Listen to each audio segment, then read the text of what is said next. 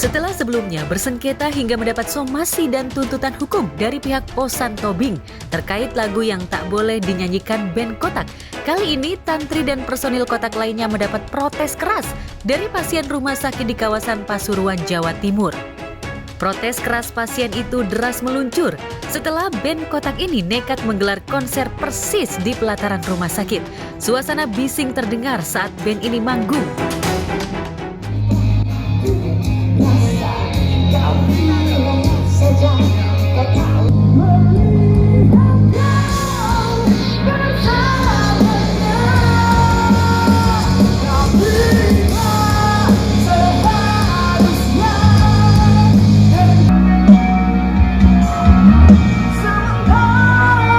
Masyarakat tentunya sangat menyayangkan sekali kenapa rumah sakit yang seharusnya itu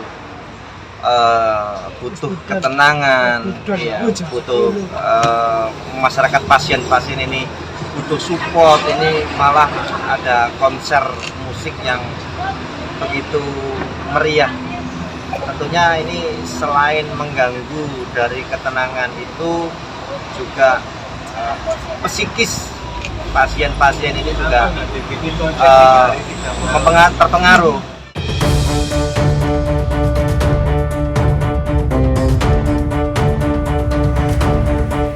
Entah dengan maksud menghibur atau tak ada tempat lain, mengapa pihak panitia menggelar konser di depan rumah sakit?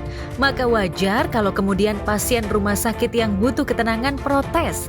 Setelah protes keras meluncur deras, Tantri CS pun akhirnya meminta maaf.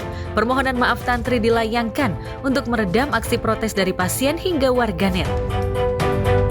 Ini yang perlu garis bawahi dulu ya, bahwa kegiatan semalam ini acara pokoknya itu peresmian gedung baru, gedung rawat jalan, dan launching logo baru. Nah, di acara pokok itu ada acara hiburan. Itu bukan konser tapi hiburan. Bahkan di kegiatan itu kami memang sudah mengantisipasi kemungkinan prediksi yang akan terjadi, dan langkah-langkah untuk menghadapi prediksi tadi ini karena kami di lingkungan rumah sakit, tentunya secara medis bagaimana. Dan bahkan pada saat pertama kelompok musik itu main, itu kami langsung cek pada petugas-petugas medis keliling ke dalam ruangan untuk mengecek bagaimana dengan situasi pada saat grup band itu tampil. Dan kesimpulan ini secara medis ya, kesimpulan bahwa pasien itu tidak terganggu karena memang gedung rawat inap kita itu ada di belakang, jauh dari tempat konsernya itu. Pertanyaannya adalah kenapa sih kok ketika ada hajatan, syukuran dan sebagainya tidak diadakan dengan tausiah, pengajian, mengundang kiai, ulama.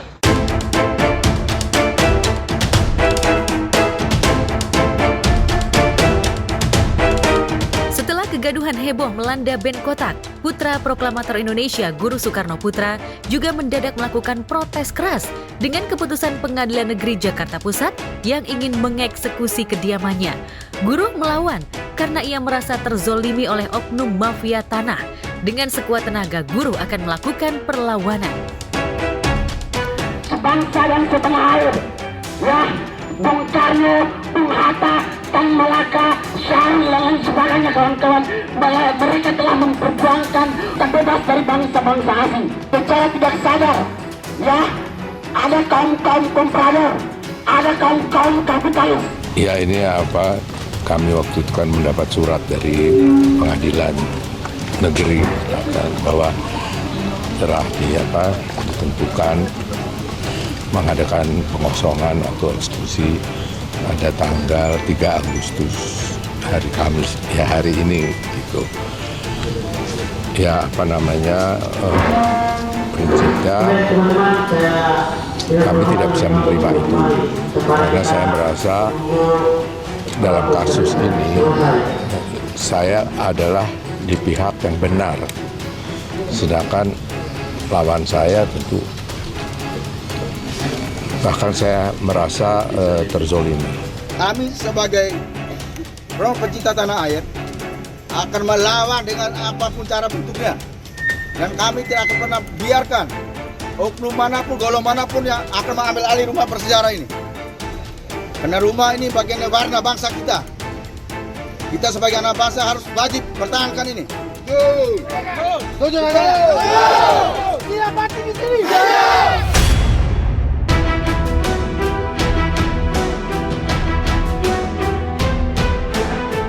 Guru merasa ada pihak-pihak tertentu yang bermain di balik kediamannya yang kini diperebutkan hingga berujung pada putusan pengadilan.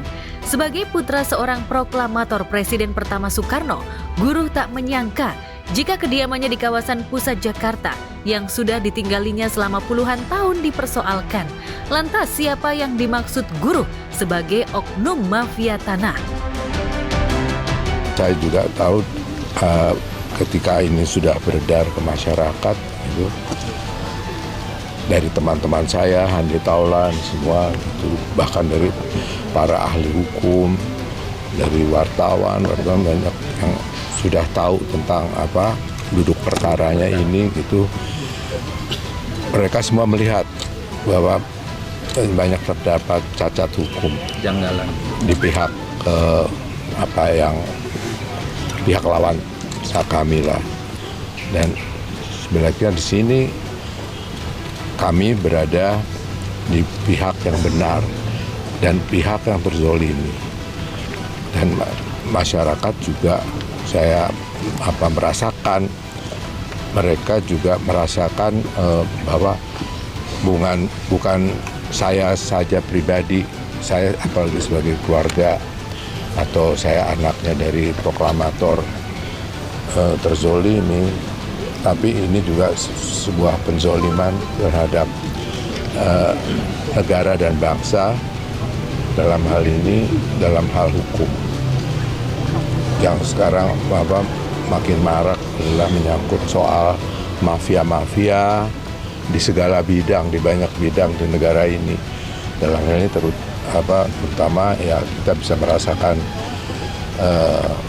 adanya mafia peradilan dan mafia pertanahan. Jangan pernah cabik-cabik hal-hal yang bersejarah, yang berkaitan dengan bangsa. Kami anak bangsa tidak pernah tinggal diam. Kami akan lawan. Ini rumah bersejarah yang kami menghimbau atau meminta kepada pemerintah segera ambil alih rumah, jadikan ini sebagai museum merah putih. Itu keinginan kami sebagai anak bangsa. Setuju kawan-kawan?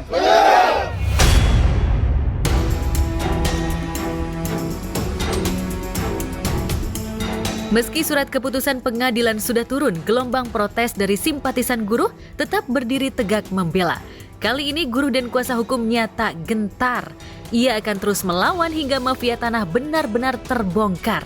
Lantas, akankah pihak pengadilan tetap bersikukuh akan mengosongkan kediaman Guru?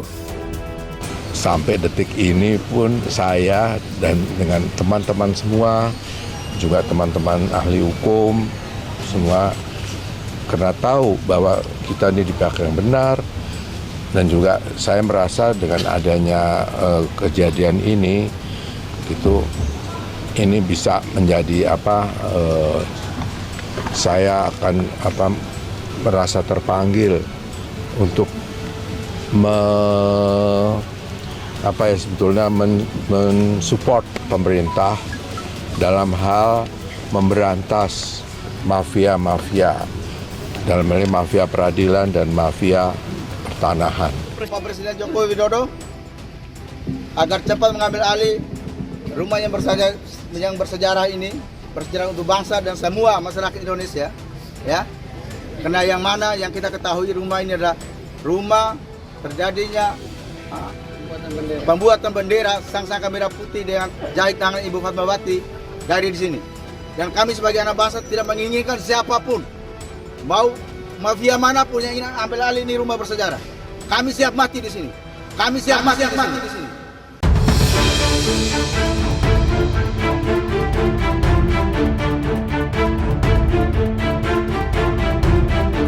Jika guru tengah bersengketa dengan pengadilan dan mengendus adanya oknum mafia tanah, di tempat berbeda, kasus penipuan yang menjerat motivator ulung Mario Teguh makin terbuka tabirnya.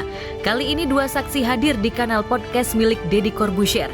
Kedua korban memberikan kesaksian yang mengejutkan ihwal dugaan praktek penipuan yang dilakukan Mario Teguh dan istrinya hingga puluhan miliar dengan kedok robot trading. Banyak pengeluaran. Ya. Buat di jalan. Ya, karena katanya gini, dia selalu, jadi gini, di dalam cerita doktrinnya dia selalu ngirimin ada 12 artis lebih. Dari tanggal 13 di bulan Agustus, pihak Bulina sampai terjadinya kerjasama tanggal 30, itu selalu menghubungi kami setiap hari.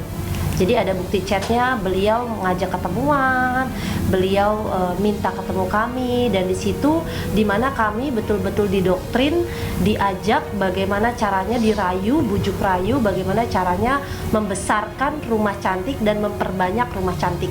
Jadi karena memang fokus kami adalah Rumah Cantik Kanemochi, beliau menjanjikan banyak cabang di seluruh Indonesia dengan jumlah followersnya mereka yang mereka bilang ada 33 juta orang. Yang jelas dia bilang bahwa pihak Mario Teguh itu memiliki fans fanatik, di mana sudah pasti kalau Bapak jualan sesuatu itu pasti banyak yang ikut.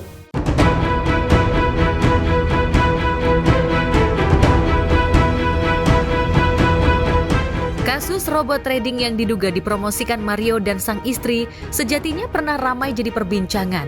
Publik pun terhenyak jika diam-diam Mario justru diduga menjadi salah satu orang di belakang maraknya robot trading. Nah, sampai-sampai saking diiming-imingnya kita, beliau mencontohkannya adalah Trading Net 89. Karena beliau bilang bahwa kamu lihat aja tuh Net 89 bisa besar, bisa rame, sampai bahkan saking ramenya sampai ditutup, sampai ketahuan pemerintah. Artinya karena memang saya masuk di sana, orang percaya, dan dengan follower saya yang fanatik membuat orang mau gitu untuk join di Net 89. Bahkan korban sempat menangis menceritakan bagaimana uang miliknya sekitar 1 miliar raib akibat dugaan praktek penipuan yang melibatkan Mario Teguh dan istrinya. Lantas benarkah hingga kini korban belum mendapatkan jawaban dari kubu Mario Teguh? Ini bukan hanya bicara seperti ini, tapi ada bukti transfer miliaran rupiah, bukti transfer ratusan juta, bukti transfer visa, bukti transfer asuransi ke perjalanan, bukti tiket pesawat, bukti pembayaran. Bahkan ini yang paling lucu, luar biasa jahatnya, beliau belum kerja sampai detik ini, tapi kami sudah memberikan 15% keuntungan perusahaan untuk beliau. Itu tadi kita sudah sampai bayar lawyer untuk panggil si yang punya pabrik, dan itu pun juga sudah memberikan pernyataan yang sudah clear, jelas. Tapi mereka belum mau juga bekerja. Belum mau lagi juga sampai jualan. detik Dengan berbagai alasan. Dengan berbagai alasan. Pak Mario Teguh, suami saya itu 1 minggu menghadapi cercaan, makian, hujatan, pembunuhan karakter, fitnah. Itu serta-merta karena melindungi konsumen. Dia tidak ingin produk yang diduga berbelatung, diduga berjamur, diduga tidak dari negeri Sakura seperti klaimnya, diwartakan ke publik. Itu yang menjadikannya hal ini terjadi. Setelah itu kita bilang, kenapa ini namanya Lina Teguh? Beliau bilang adalah saya manajer Pak Mario Teguh, beliau bilang. Dan saya ini co-founder MTSC, ya, Mario Teguh Super Club. Dari situ kita berpikir, oh ya udah, mungkin dia itu. Itu yang menjadi konsentrat kita. Dan setelah adanya masalah seperti ini, kita review lagi nih yang katanya formalitas gitu kan. Ternyata di dalam surat perjanjian ada satu tulisan yang mana ini menurut kami luar biasa ya Pak. Siapapun yang membatalkan perjanjian, maka dia harus tetap bayar 5 miliar. Jadi kami berdua harus tetap bayar 5 miliar. Walaupun kalau dia yang Mario Teguh yang membatalkan. Dari situ kami berpikir, apakah ini sudah disetting? Menurut teman-teman seluruh Indonesia bisa menilai.